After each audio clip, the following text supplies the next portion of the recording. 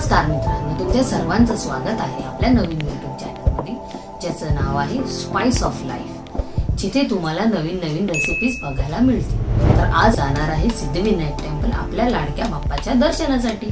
तर बाप्पाकडे जायचं आहे तर गुळाचं तर झालंच पाहिजे, म्हणून आज मी बनवणार आहे माझ्या लाडक्या बाप्पासाठी उकडीचे मोदक।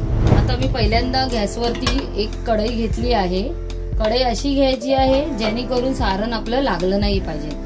कढई गरम झाली आहे, आता 1 चम्मच आपण त्याच्यात तूप घालून घेऊ, जेणेकरून आपलं चव चिपकली नाही पाहिजे। त्यामध्ये आपण हे खोबरं घालून घेऊ।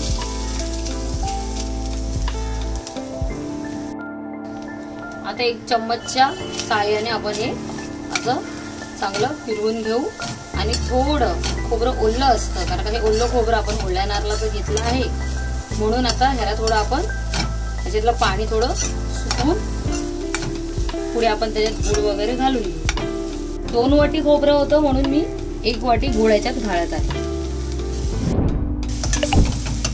चांगलं असं मिक्स करून घ्यायचं, जेणेकरून गुळ आणि खोबरं एकजीव होईल। गुळ आणि खोबरं आता चांगलं एकजीव होत आहे, तोपर्यंत मी ड्रायफ्रुट्स कापून घेते। ड्रायफ्रुट्स थोडे छोटे छोटेच कापू, जेणेकरून आपले मोदक फाटले नाही पाहिजे। जास्ती मोठे तुकडे ठेवले ना तर मोदक फाटतात। गुळ आता वितलायला सुरुवात झाली आहे, तर आपण मिश्रण थोडं हलवून घेऊ, चांगलं मिक्स करून घेऊया। आता थोड्या वेळ आपण त्याला मंद आचेवर ठेवूया आणि त्याच्यात लागणारी आपण वेलची पूड ह्याच्यात घालून घेऊया। वेलची पूड घालून झाली आहे, आता आपण हे सारण असं चांगलं एकजीव करून घेऊया। आता आपण यात थोडं जायफळ घालू आणि थोडं असं फिरवून घेऊ। आता हे कापलेले ड्रायफ्रुट्स आपण त्याच्यात घालून घेऊ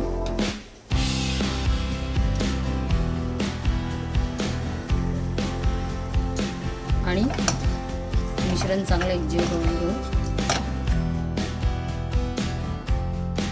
गॅस आपण बंद करू।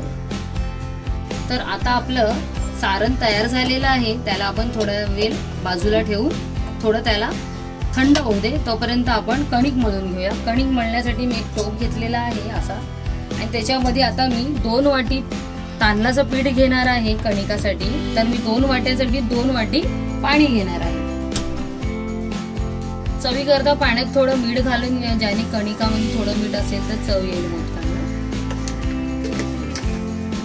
पाण्याला आता उकळ आलेला आहे, तर आपण आता उकळमध्ये ही कणिक घालून घेऊ आणि लाटणीच्या साहाय्याने आपण कणिक अशी एकजीव करून घेऊ, जेणेकरून कणिक चांगली पाण्यासोबत मिक्स होईल।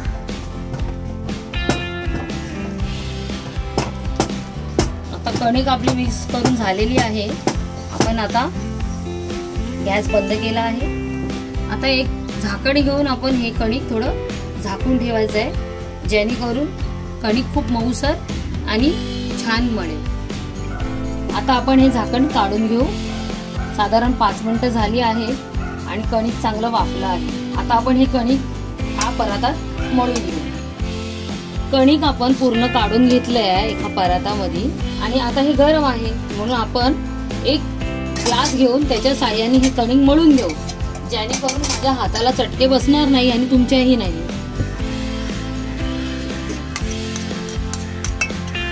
आता हे सर्व आपण ग्लासाचं असं काढून घेऊया जे लागलेलं आहे ते, आणि थोडं आता कणिक थंड झालंय तर आपण हाताने मळायचा प्रयत्न करू।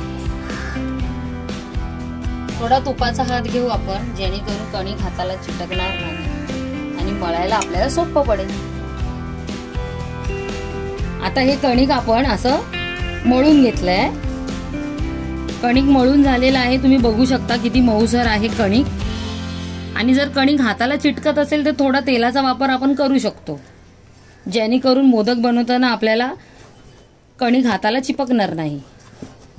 आता हे आपलं मोदकचं सारण थोडं थंड झालेलं आहे, आता आपण मोदक करायला सुरुवात करू। असा उंडा गोल एक तयार करायचं आहे।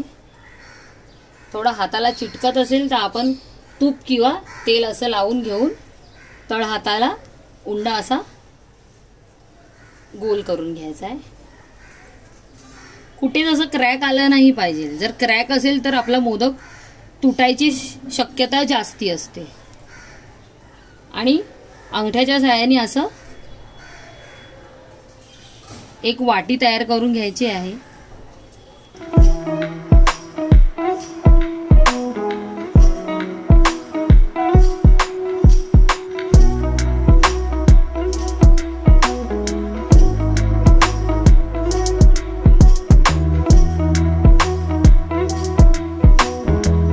अशा प्रकारे आपले सर्व मोदक तयार झालेत।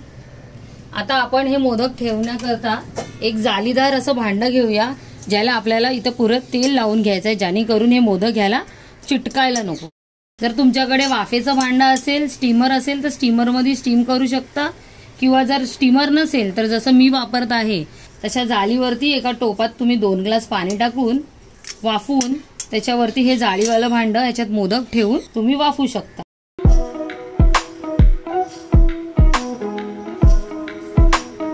थोडं केशर मी दुधामध्ये भिजवून ठेवलं होतं। आता हे केशर आपण प्रत्येक मोदकवरती एक एक लावून घेऊ, जेणेकरून मोदकाला खूप सुंदर कलर येईल आणि मोदक खूप सुंदर दिसतील।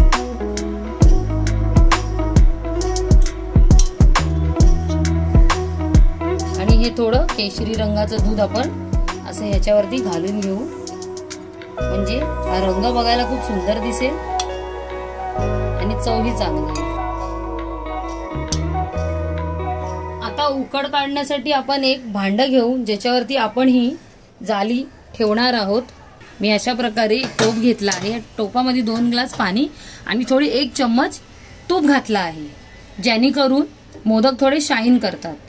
पाणी आता थोडं गरम झालेलं आहे आणि वाफ येत आहे, तर आता आपण ही जी जाळी आपण तयार केली आहे मोदक लावून ह्याच्यात, ही जाळी ह्याच्यावरती लावायची आहे आणि आपण एक असं झाकण ठेवायचं ज्याच्यातून वाफ निघाली नाही पाहिजे, म्हणून मी प्लेट घेतली आहे।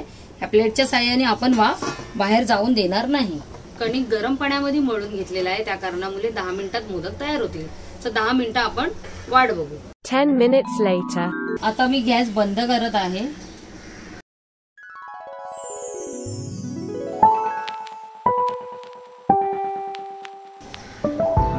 अशी बोट लावून आपण चेक करू शकतो, जर बोटाला चिकटत असेल तर ते बरोबर वाफले नसतील, आणि जर चिकटत नाहीये म्हणजे मोदक आपले झालेले आहेत।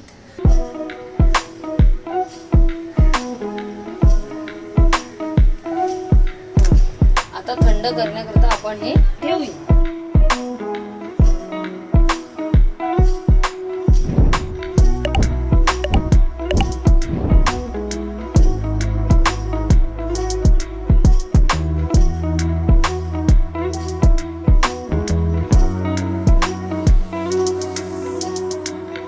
अशा प्रकारे मी हे सर्व मोदक तयार केलेले आहेत। बघा मोदक किती सुंदर दिसतो, केशरी रंग आणि खूप खमंग वास येतोय।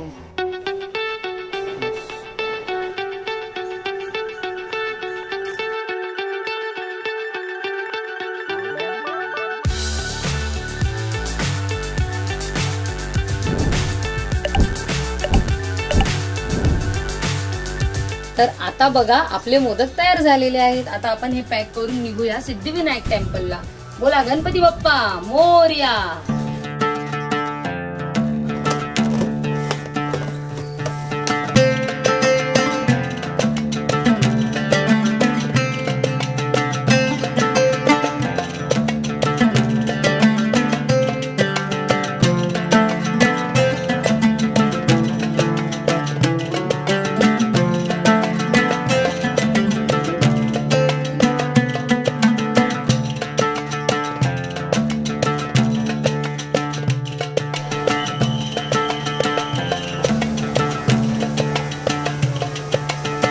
तर आता आपलं बाप्पाचं दर्शन घेऊन झालेलं आहे। पुन्हा भेटू नवीन व्हिडिओमध्ये, तोपर्यंत स्वस्त खा आणि मस्त राहा। स्पाइस ऑफ लाईफ चॅनलला लाईक, शेअर आणि सबस्क्राईब करायला विसरू नका। बाय।